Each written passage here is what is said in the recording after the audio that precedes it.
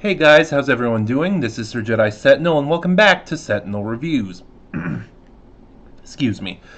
We'll be continuing our look through of the Diary of River Song series, as today we are looking at the Diary of River Song Series 2. Series 2 was released in December of 2016 and was directed by Ken Bentley. This series stars Alex Kingston as River Song, Sylvester McCoy as the 7th Doctor, and Colin Baker as the 6th Doctor. That's it. I've got nothing else to say right now. I'm going to save my general thoughts, for the overview at the end. So without further ado, let's dive right into the first story. Real quick, guys, as always, I do this unscripted, so I'm putting a blanket spoiler warning in place.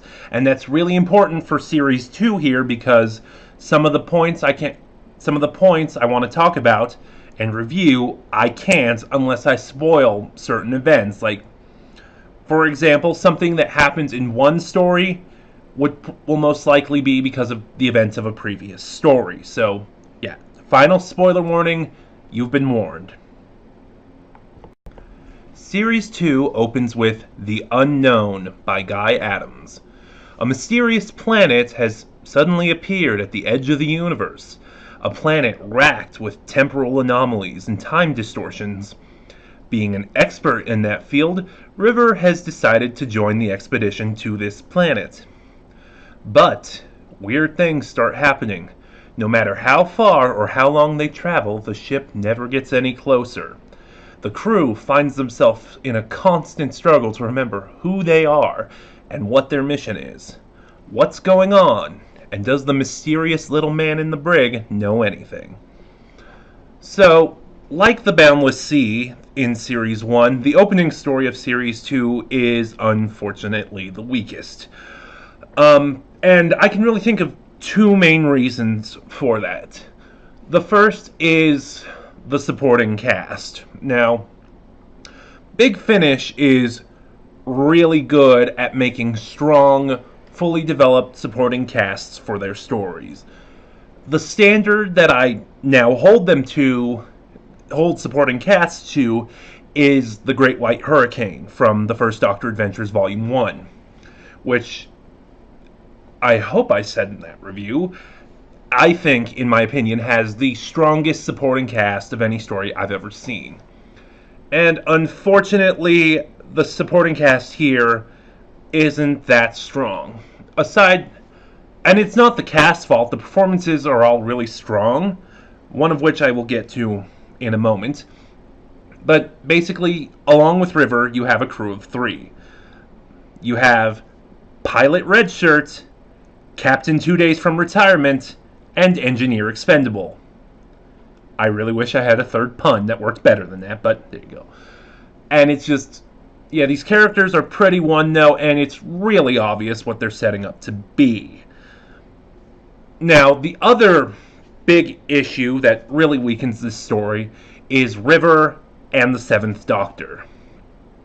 One of the things I love about this series overall, and one of the things I love about River, is that, and this echoes back to Silence of the Library and The Forest of the Dead, a 10th Doctor two-parter that was River Song's introduction and final story. One of the things I love about River is when she meets an earlier Doctor that she is technically not supposed to, she's very coy about it. She's very playful, and I think that dynamic makes for some great banter. It makes for some good interactions, good fun, and the writing in this story doesn't give that. Mainly because, as I mentioned in the summary, this planet they're going to is plagued by temporal distortions and various other timey-wimey nonsense. And what that's doing is it's playing with everyone's mind, and it's affecting their memories and stuff. And because of that, River doesn't know who the 7th Doctor is.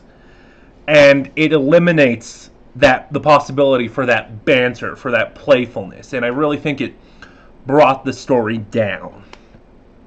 There are some really good things about this story, though. It's a great thriller, and as the crew and the Doctor try to figure out what this mystery is, it slowly gets more intense. The more information we get as the characters figure everything out, it slowly gets more intense and builds up, and that tension is really good. The other positive, or actually the best part of this story, is Dan Starkey. You New Who fans will recognize Dan Starkey as Strax, the Sontaran, and part of the Paternoster gang with Madame Basra and Jenny. I think he also plays the rest of the New Who Sontarans. I'm not sure about that. But, yeah, a lot of people do not like Strax, and I understand why. Basically, he has affected the reputation of the Sontarans. Not in universe, to the fans. Like, in Classic Who and in Big Finish, in their introduction and in their stories, the Sontarans are a viable threat. They are villains, and they were always super serious. They were very military-minded, and the new series has reduced them to a joke. And a lot of people, or, well, not a lot of people, but some people in particular want to blame Dan Starkey for that. In this story, Dan Starkey plays the computer, and this is absolutely chilling. Like, spoiler. Basically, the engineer character who is managing the engines and the equipment, when this distortion starts happening, he's basically at ground zero. He is right there when it happens. And because of that, he begins to hallucinate. And one of the things he hallucinates is the computer talking him into murdering the crew. And Starkey's performance here is incredibly chilling. Like, it's just, there's almost this sort of joy and glee in the computer's voice. And, you know, he's basically doing HAL 9000 but with emotions, but it is really effective. But yeah, those are generally my thoughts on The Unknown. A decent story, but it is unfortunately plagued with problems. The second story is 529 by John Dorney. River has learned that the mysterious planet her crew was going towards is Earth, and the temporal anomalies are the results of an apocalypse. Hoping to figure out what's happened and stop it, River travels back in time. While trying to learn the secrets of this mysterious apocalypse, she makes a temporary home with a family with an android daughter. However, time's running out, and River is learning she is unable to stop what's about to come. Can she save this one family before the clock hits 5:29? So, having listened to Series 3, I think I mentioned that before. I've already listened up to Series 3, Series 4 is coming out in September, and so on. In my opinion, 529 is not only the best story in Series 2, it is possibly the best story in the entire range. I've already talked about, in Series 1, I've already talked about how certain stories highlight different aspects of River's character, like I Went to a Marvelous Party showed off her ingenuity and her quick thinking. The Rulers of the Universe showed off her bloodthirstiness. 529 shows off her compassion, you know. Much like the Doctor, she wants to save everyone. And slowly, as the story goes on, she realizes she can't, and she hates that. 529 is beautifully tragic. You know, it's me personally in stories, I love tragedies. I love stories where everything is doomed to fail.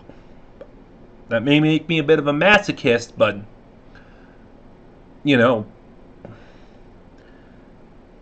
yeah, one of, oh goodness, there's so much I want to talk about, but I'm not really sure where to go. You know, a lot of my praise goes to the actors playing this family. They don't know what's going on. They're just sort of caught up, and River is doing everything she can to save them, only to ultimately realize she can't.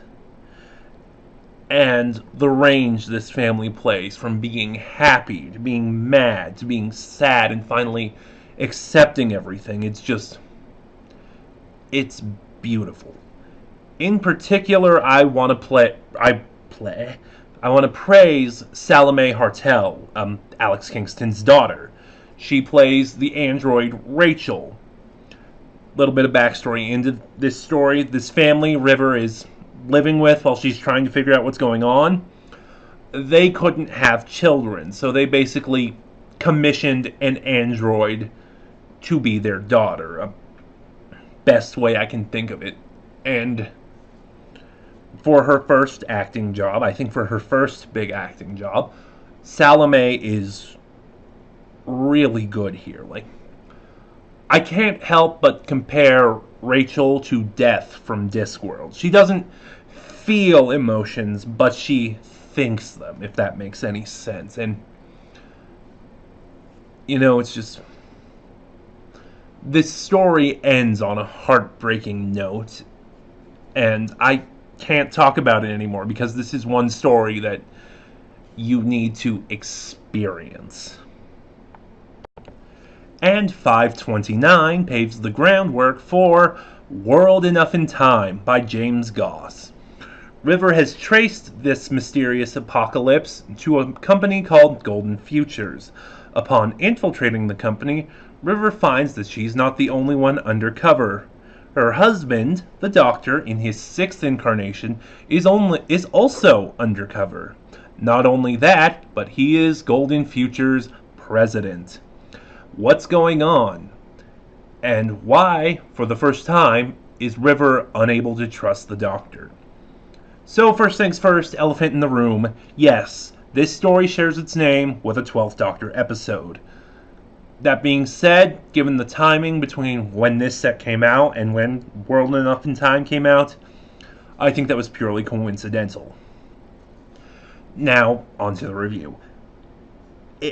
As I said, 529 may be the best story in Series 2 and in the entire range, but World Enough in Time is my favorite story in Series 2 and the entire range, and so much of that is because of the chemistry between Colin Baker and Alex Kingston.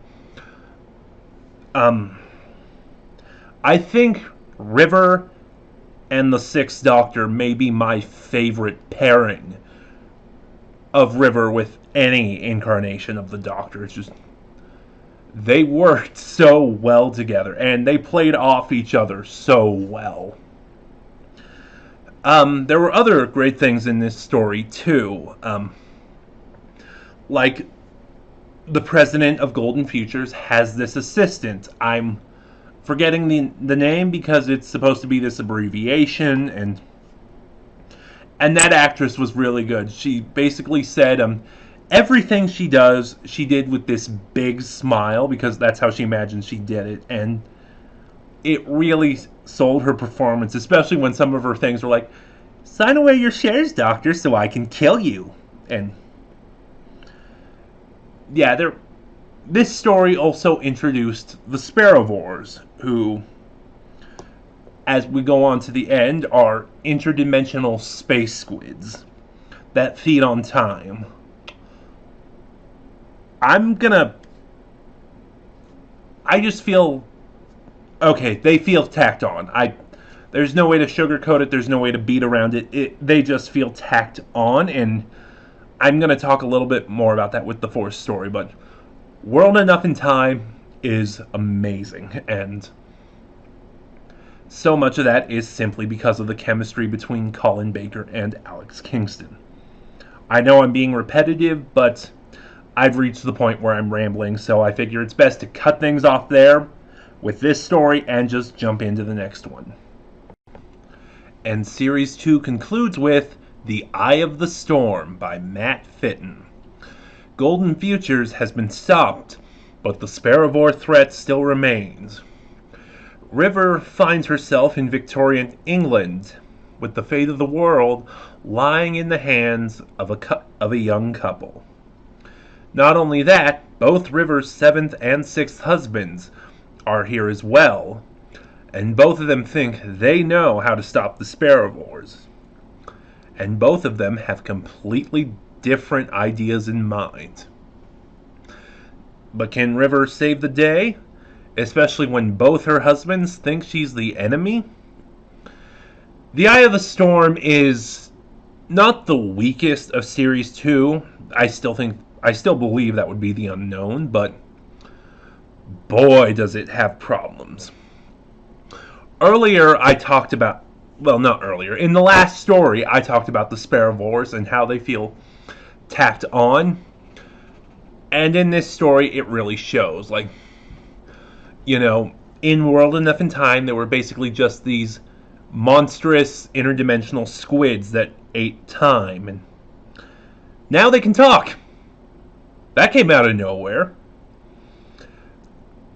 And the Sparrowvore invasion being tied to this couple, that also came out of nowhere. It's like, what?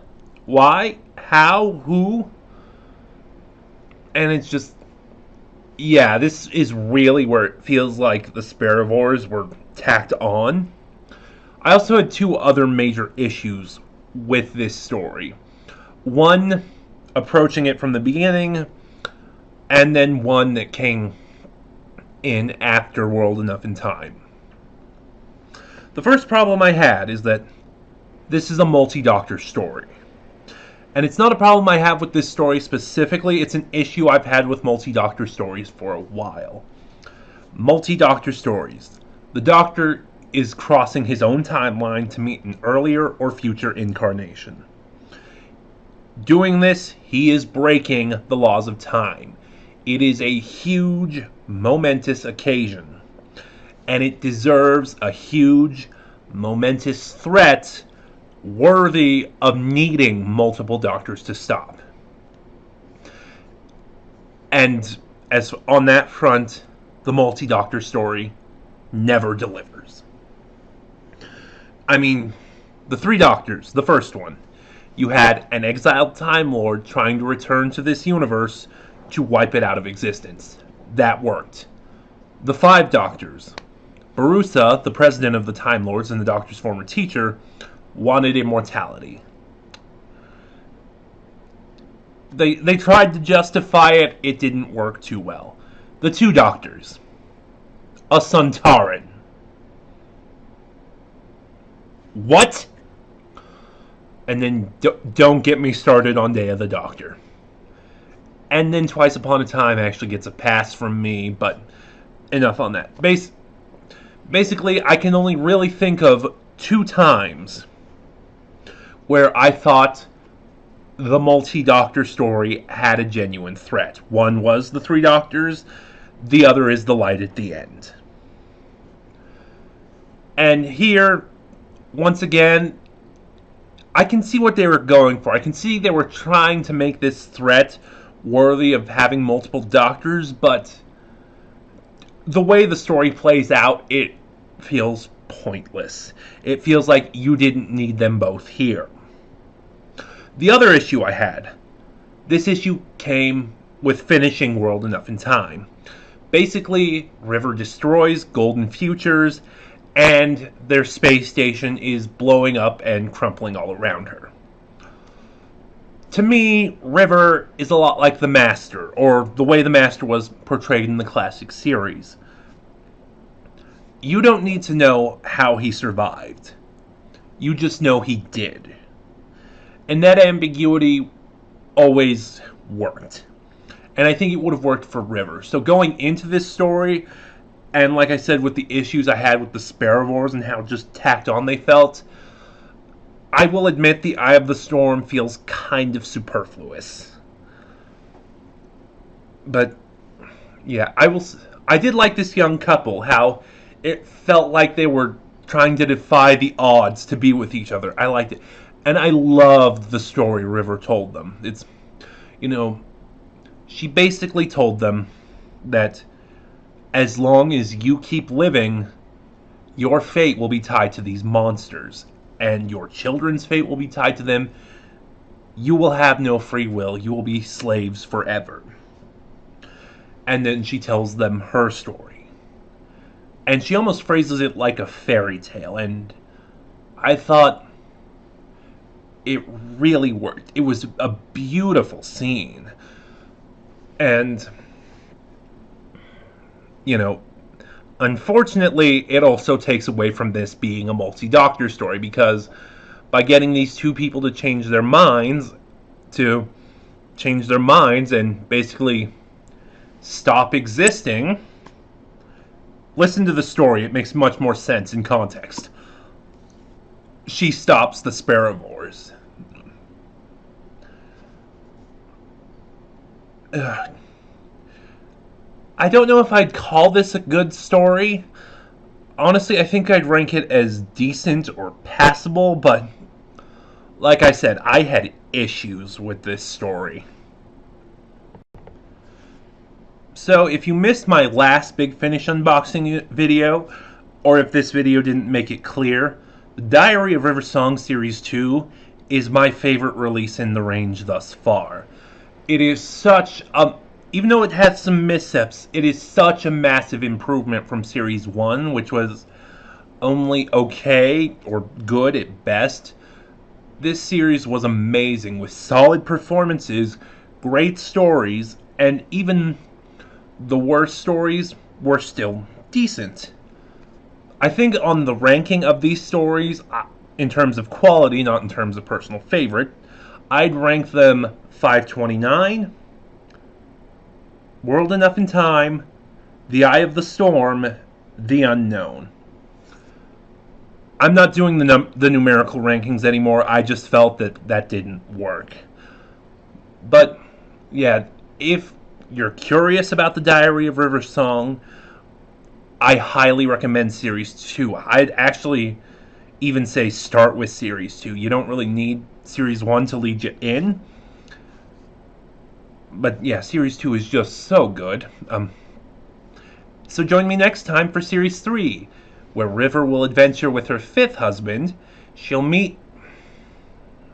Let me start that again. Join me again for Series 3, where River will meet her 5th husband. She'll infiltrate an organization that deals in death. She'll go on a dinner date that won't be forgotten. She'll look for the family she didn't realize she had. And she'll once again come face to face with the woman who destroyed her life. Did you like what you see? What were your thoughts on The Diary of River Song Series 2? Like, comment, subscribe, and then click the little bell to get notifications when I upload, because subscribe doesn't do that anymore. This is Sir Jedi Sentinel, and I'll see you guys next time.